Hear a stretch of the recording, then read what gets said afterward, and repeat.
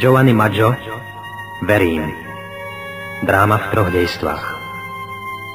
Osoby: doktor Robert Duval, univerzitný profesor, lekár. Leo, mladý lekár, jeho syn. René, predseda strany. Tis, Duvalov priateľ. Beppo, starý Duvalov sluha.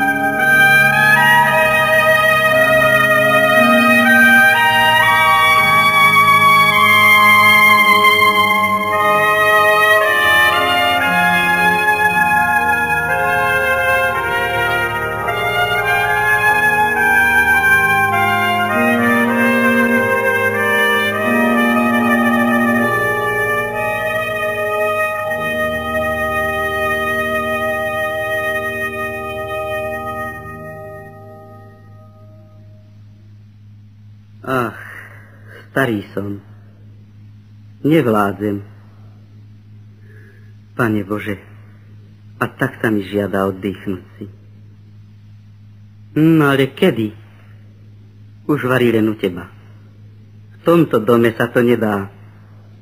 Tie prekliaté telefóny, hrozný vynález. Radšej by som ich dotrhal. A tie milostivé, všetko by chceli vedieť, kedy pán profesor príde, čo jedáva, kedy ide spať, kedy sa smeje a čo ja viem, čo ešte. On, pravda, že je málo kedy doma. A ja si musím kadečo vymýšľať. Ba, kto vie, kde je teraz.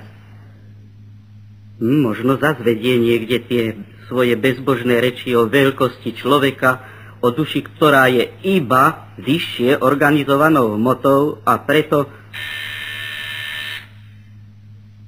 Tu ho máš. Zas telefón. O, habiťa.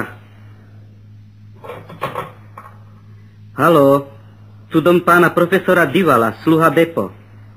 Nie, pán profesor nie je doma, neviem, kam odišiel, neviem, čo robí, ani čo bude robiť, ani kedy sa vráti, nič neviem. Ruky boskáva, milostivá. Na, to som to povedal všetko naraz, aby sa nemusela vypytovať. Získal som tým kúsok času a môžem si aspoň chvíľočku oddychnúť.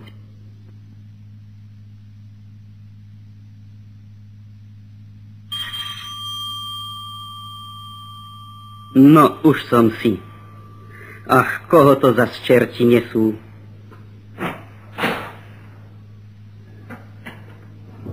No, konečne, pán profesor. Už som si myslel, že sa vám niečo stalo. Kde ste boli tak dlho? Prines 2 kávy, Beppo, pre mňa a pre tohto môjho priateľa. Ale najprv budete, hádam, večerať. Vyjadrujem sa jasne, Beppo. No, 2 kávy. 2 kávy, prosím, prosím. Vítam ťa, Tis. A rád by som sa ti hneď na začiatku s niečím pochválil. Zaznamenal som totiž nové víťazstvo nad smrťou. Pacientkou bola istá mladá pani, veľká svetuškárka. Bola presvedčená, že je nevyliečiteľne chorá. Prišla ma poprosiť len o lieky na utešenie bolesti. Na uzdravenie už vraj nemyslí. Modlila sa k svätým. No, zdravie síce neprišlo, ale dostala aspoň silu zmieriť sa so svojím osudom. Jej prípad ma zaujal. Urobil som radioskopické vyšetrenie a zistil som, že by sa tu ešte dalo niečo urobiť.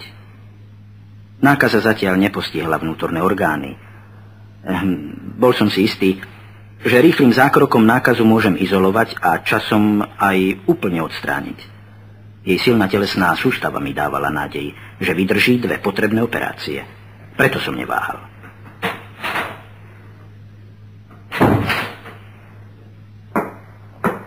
Povedal som si, operáciou jej zachránim život a stanem sa tým svätým, ktorý urobí zázrak. Prepáčte. Káva. Nech sa páči. A ten svätý urobil zázrak, pán profesor. Áno, Beppo. A ty si môžeš do svojho kalendára poznačiť, že to bol svätý Robert Duval. Nie je to pekné, pán profesor, robiť si posmech zo svätých vecí. Prepáč, Beppo. Viem, slúbil som ti, že pre tebou nebudem rozprávať ako neznaj Boh. Ale nechaj nás na chvíľu samých. Porozprávam tomuto svojmu priateľovi o niektorých svojich zázrakoch.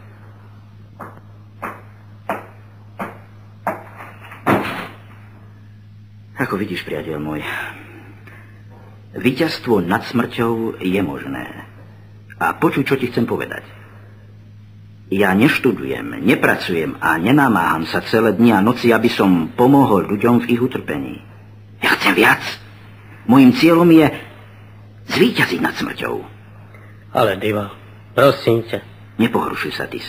Ani si nemyslíš, že blúzním. Hovorím to celkom vážne. Chcem zvíťaziť nad smrťou. My, ateisti, máme len jeden cieľ. Odstrániť spomedzi ľudí každú myšlienku na Boha. Boh chrámov a oltárov, Boh Biblie, už príliš hlboko zapustil svoje korene do ľudských srdc. A aby som ti pravdu povedal, mne to už lezie na nervy. A myslím si, že je najvyšší čas skončiť s tým. A vieš ako? Nahradiť ho iným, modernejším Bohom. Bohom vedy, techniky, civilizácie a práce. Treba ľuďom dokázať, že ten tajomný Boh, prevyšujúci ich rozum, je čírym nezmyslom. A treba im dokázať, že sa dá aj bez neho šťastne žiť. Pozri sa na také štáty, ktoré sa nemodlia, nespínajú ruky k nebu a majú zlata aj viac ako treba. A pozri sa aj na naše Francúzsko. V ňom si Boh rozkože razí cestu a my mu v tom musíme pomôcť. Musíme ľuďom dokázať, že nejestvuje nejaký posmrtný život.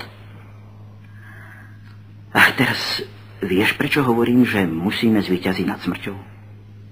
Počuj, Duval, ty chceš ísť proti prirodzeným zákonom. Viem, že sa na veľa podujímam. Ale my musíme ľuďom vybájiť nový život a nový raj. Tu,